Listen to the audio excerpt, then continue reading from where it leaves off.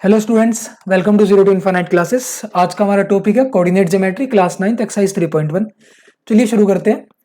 सबसे पहले अगर मैं आपसे बात करूं, मान लीजिए ये किसी कॉलोनी का मैप है और इसमें देखेंगे तो स्ट्रीट नंबर 1 मतलब गली नंबर 1, स्ट्रीट नंबर 2, 3, 4, 5, 6, 7, 8 तक दे रखी है। हर एक स्ट्रीट में 5 हाउस है, 1, 2, 3, 4, 5।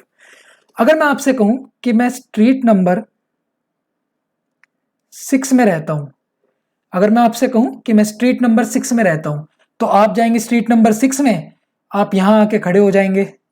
अब आप कहेंगे ठीक है, स्ट्रीट नंबर 6 तो सही है, मगर अब मैं स्ट्रीट नंबर 6 में तो 1, 2, 3, 4, 5 घर है।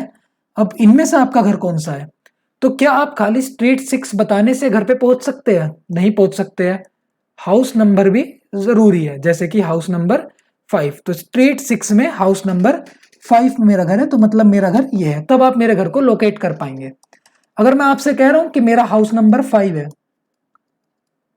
तो आप कहेंगे ये क्या बदतमीजी है, यहां भी 5, यहां भी 5, यहां भी 5, यहां भी 5, यहां भी 5, यहां भी 5, यहां भी 5, यहां भी 5। ये तो 8 की 8 स्ट्रीट में हाउस नंबर 5 है। अब मुझे कैसे पता चलेगा कि कौन सी स्ट्रीट में हाउस नंबर 5 आपका है? तो इसका मतलब कि मुझे हाउस नंबर 5 के साथ साथ स्ट्रीट भी बतानी पड़ेगी कि स्ट्रीट 6 में है, तब आप मेरे घर के एग्जैक्ट लोकेशन पे पहुंच पाएंगे।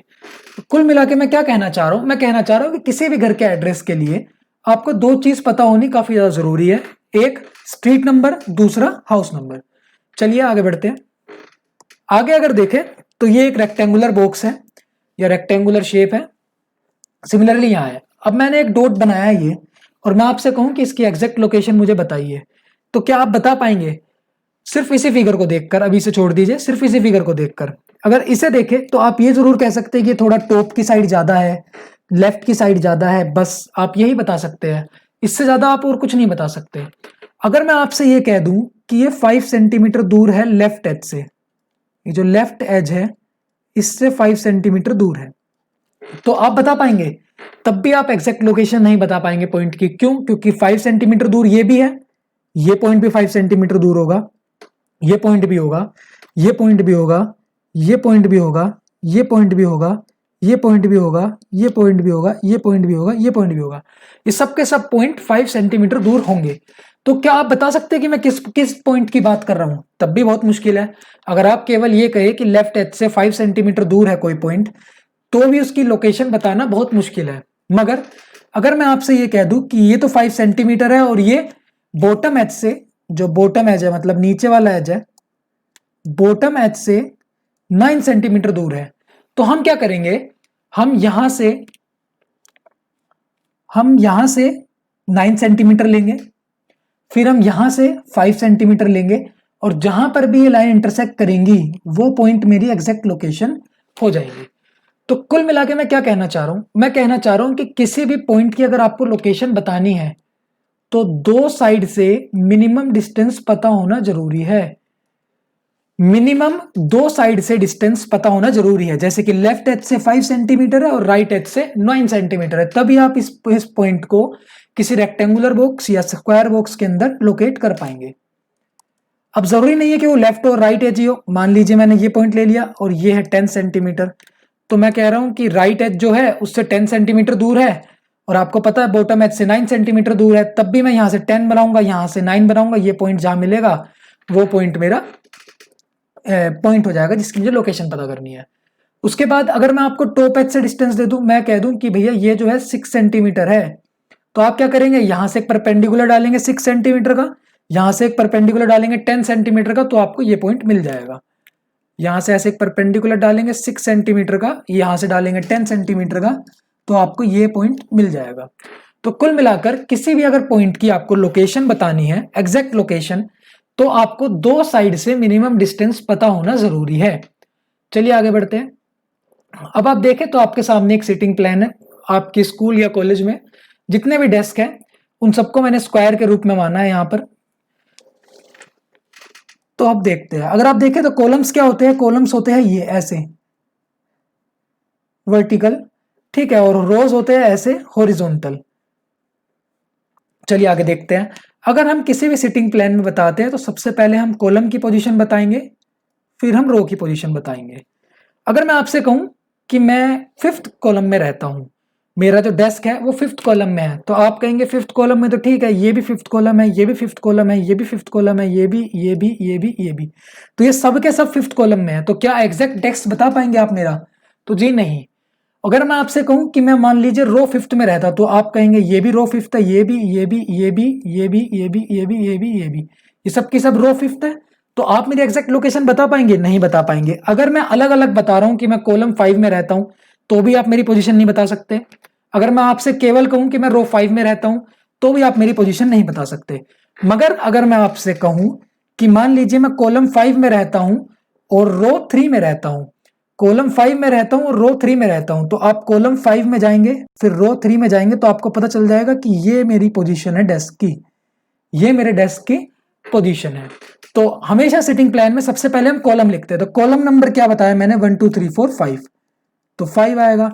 फिर लिखना है रो, तो 1 2 3, तो फिफ्थ कॉलम और थर्ड रो में मेरा डेस्क है। अगर मैं आपसे बात करूं इस स्टूडेंट के डेस्क की पोजीशन क्या है, तो आप लिखेंगे पहले कॉलम, कॉलम क्या है? 1 2 3 4, फोर्थ कॉलम है। इसकी रो क्या है? रो है फर्स्ट ही, तो 4 1 इसकी डेस्क की पोजीशन है। अगर मैं आपसे कहूं कि टीचर डेस्क यहां कहीं है, टीचर का डेस्क टी, टी टीचर के डेस्क को दिखाता है, टीचर का डेस्क यहाँ कहीं है और आपको पोजीशन बतानी है, तो आप पोजीशन कैसे बताएंगे? कॉलम क्या है? 2 और रो क्या है? 6। तो कुल मिलाकर आपको कॉलम और रो दोनों पता होने चाहिए अगर आपको किसी भी पर्टिकुलर सिटिंग प्लान में पोजीशन बतानी है किसी भी डेस्क की। चलिए आगे बढ़ते हैं। अब आ गई है एक्सरसाइज 3.1। एक्सरसाइज 3.1 को अगर देखें तो वो कह रहा है कि how will you describe the position of a table lamp on your study table to another person. आपके लिए मैंने एक रेक्टेंगुलर टेबल बना दिया है जिसकी लेंथ है 40 सेंटीमीटर और ब्रेड्थ है 30 सेंटीमीटर। ये है इसका लेफ्ट एज, ये है इसका टॉप एज, ये है इसका राइट एज और ये है इसका बॉटम एज। अब अगर आपको टेबल की पोजीशन बतानी है तो आप किसी को भी ऐसे थोड़ी कहेंगे कि मेरा जो है टेबल थोड़ा टेबल पे टेबल लैंप जो है, टेबल पर जो टेबल लैंप है वो थोड़ा ऊपर की तरफ है, थोड़ा नीचे की तरफ है, ऐसे थोड़ी बताएंगे। आपको एग्जैक्ट पोजीशन बतानी पड़ेगी। एग्जैक्ट पोजीशन बताने के लिए आपको मिनिमम 2 साइड से उसका डिस्टेंस पता होना चाहिए परपेंडिकुलर। अब फॉर एग्जांपल मैंने ले लिया है कि लेफ्ट एज से इसका 9 सेंटीमीटर परपेंडिकुलर डिस्टेंस है और टॉप एज से इसका 7 सेंटीमीटर परपेंडिकुलर डिस्टेंस है। अब मैं क्या करूंगा, यहां से 9 सेंटीमीटर चलूंगा और यहां से परपेंडिकुलर खींच दूंगा। उसके बाद मैं क्या करूंगा, मैं यहां से 7 सेंटीमीटर चलूंगा और यहां से ऐसे परपेंडिकुलर खींच दूंगा। जहां पर भी ये दोनों लाइन इंटरसेक्ट करेंगी वो है हमारे टेबल लैंप की पोजीशन। अगर मैं ये मानूं कि मेरा टेबल लैंप लेफ्ट एज से 9 सेंटीमीटर दूर है और टॉप एज से 7 सेंटीमीटर दूर है। नेक्स्ट है एक्सरसाइज 3.1 का question number 2, street plan. A city has two main roads which crosses each other at the center of the city. These two roads are along the north-south direction and the east-west direction given in figure 3.4। अगर हम देखें ये रही figure, तो ये एक north south direction वाली है जो ब्लू कलर से है और ये एक ईस्ट वेस्ट डायरेक्शन वाली है। चलिए फिर उसके बाद उसने कहा है all the other streets of the city run parallel to these roads are 200 metre apart. There are 5 streets in each direction using 1 centimeter is equal to 200 meter. Draw a model of the city on your notebook. Represent the road streets by single lines. There are many cross streets in your model. A particular cross street is made by 2 streets. अगर देखें तो उसने कहा है कि 5 street दोनों से parallel है, ईस्ट वेस्ट के पैरेलल, 1 2 3 4 5, ये रही 5। बात करें तो ये है ईस्ट, ये है वेस्ट, ये है नॉर्थ और ये है साउथ। तो नॉर्थ साउथ डायरेक्शन ये है, ईस्ट वेस्ट डायरेक्शन ये है। तो ईस्ट वेस्ट के पैरेलल 5 है, नॉर्थ साउथ के पैरेलल 5 है। अगर आप देखें तो 2 स्ट्रीट मिलकर ही एक क्रॉस स्ट्रीट मिला पा रही है। क्रॉस स्ट्रीट का मतलब होता है चौराहा। तो जैसे ये क्रॉस स्ट्रीट है, ये क्रॉस स्ट्रीट है, ये क्रॉस स्ट्रीट है, तो इसके लिए 2 रोडों का मिलना जरूरी है। आगे देखते हैं। फिर उसने कहा है each cross street is referred to in the following manner. If the second street running in the north-south direction and fifth in the east-west direction meet at some crossing, then we will call this cross street 2 by 5 using this convention. Find how many cross street can be referred to as 4, 3, how many cross street can be referred to as 3, 4। उसने कहा है कि second number पर जो north south direction में second number पर है, north south direction ये है तो उस पर सेकंड नंबर पर ये वाली लाइन है, और ईस्ट वेस्ट डायरेक्शन पे जो फिफ्थ नंबर पर है तो फिफ्थ नंबर पर ये है। तो ये जहां पर मिलती है तो ये वाला जो क्रॉस स्ट्रीट है इसे नाम दिया गया है 2,5। तो नॉर्थ साउथ डायरेक्शन वाले को हम पहले लिख रहे हैं, उसके बाद ईस्ट वेस्ट डायरेक्शन वाली लाइन को लिख रहे हैं।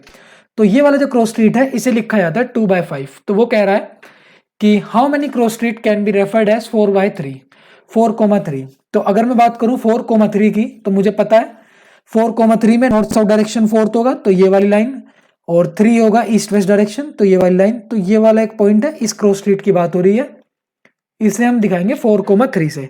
और कोई क्रॉस स्ट्रीट 4,3 से दिखाई जा सकती है? नहीं। जो इन्होंने कन्वेंशन का तरीका बताया है इससे सिर्फ एक ही पॉइंट है, वो है ये वाला जो 4,3 दिखा रहा है। सिमिलरली उसने कहा how many cross street can be refer to as 3,4। अगर मैं देखूं 3,4 मतलब नॉर्थ साउथ डायरेक्शन में 3, वेस्ट ईस्ट डायरेक्शन में, ईस्ट वेस्ट डायरेक्शन में 4, तो ये हो गया ये वाला पॉइंट, इसे मैं दिखा सकता हूं 3,4 से। तो ये भी एक अकेला ही क्रॉस स्ट्रीट होगा जो 3,4 से दिखाया जा सकता है। तो वो कह रहा है कि कितने ऐसे क्रॉस स्ट्रीट हो सकते हैं जिन्हें 4/3 से दिखा सकते हैं, तो केवल 1। ऐसे ही यहां पर ओनली 1। उम्मीद करता हूं कि आप लोगों को वीडियो अच्छी लगी होगी। अगर वीडियो अच्छी लगी है तो प्लीज चैनल को सब्सक्राइब करें, लाइक करें, शेयर करें। Thank you very much.